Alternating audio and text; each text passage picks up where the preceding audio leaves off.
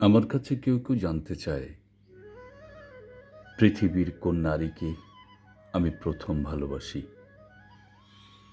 কেউ কেউ জানতে চায় কাকে আমি প্রথম চিঠি লিখি। কেউ বলে প্রথম গোপনে কোন নামটি আমি লিখে রেখেছিলাম।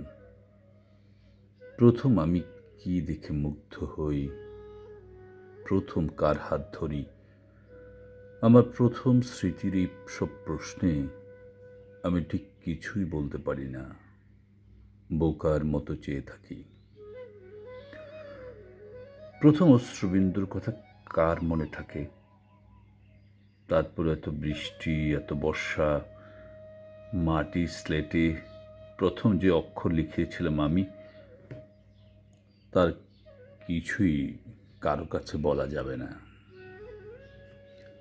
প্রথম কবে সেই রাজহাঁসটিকে বুকের মধ্যে জড়িয়ে ধরেছিলাম, সেই শিহরণ কবে বাতাসে মিশে গেছে। পুকুর পাড়ের ঘাটলার সিঁড়িতে যে নাম প্রথম খোদাই করেছিলাম আমি, এতদিনে চোখের জলে তার কোনো চিহ্নই আর নেই। আমি সে আদ্যক্ষর কি করে দেখাবো? আমি কি করে দেখাবো প্রথম স্বপ্ন দেখে আমি কিভাবে সারা রাত কেঁদেছিলাম? ভালোবাসা কথাটা প্রথম বলতে গিয়ে কত লক্ষবার মুখ ঢেকেছি আমি। প্রথম কবে আমি বর্ষণ দেখলাম পৃথিবীতে, কবে প্রথম পাখির ডাক শুনলাম, সন্ধ্যা তারা দেখলাম, না না, সেসব কিছুই আমার মনে নেই, কারোরই মনে থাকে না। কবে কে আমার হাতে লুকিয়ে একটি গোলাপ ফুল দিয়েছিল, বইয়ের ভাঁজে রেখে দিয়েছিল একখানা লাজুক চিঠি। কি বলেছিল কানের কাছে কোকিলের মতো মাতাল করা একটি শব্দ। সেসব কিছুই আর আমার মনে নেই, মনে নেই।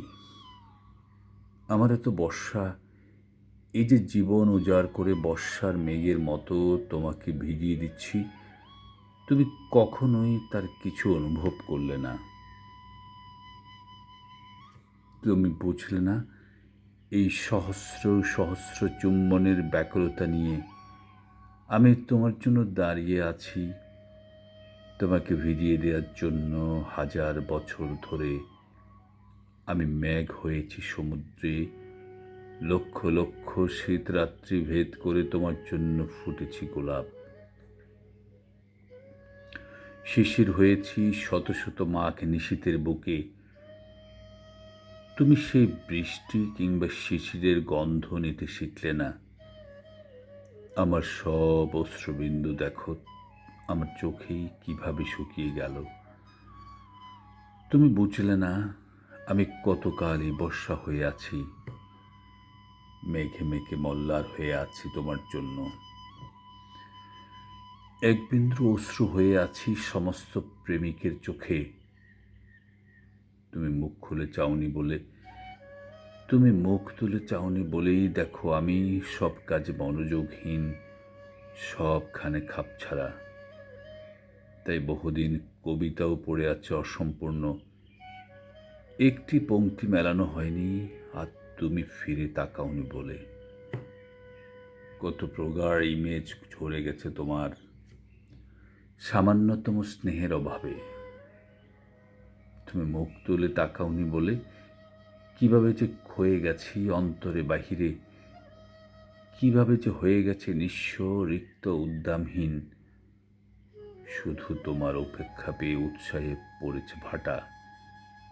পরাজয় মেনেছি এভাবে, সব প্রতিদ্বন্দ্বিতার মুখে নিজেই নিয়েছি তুলে লজ্জার মুখোশ।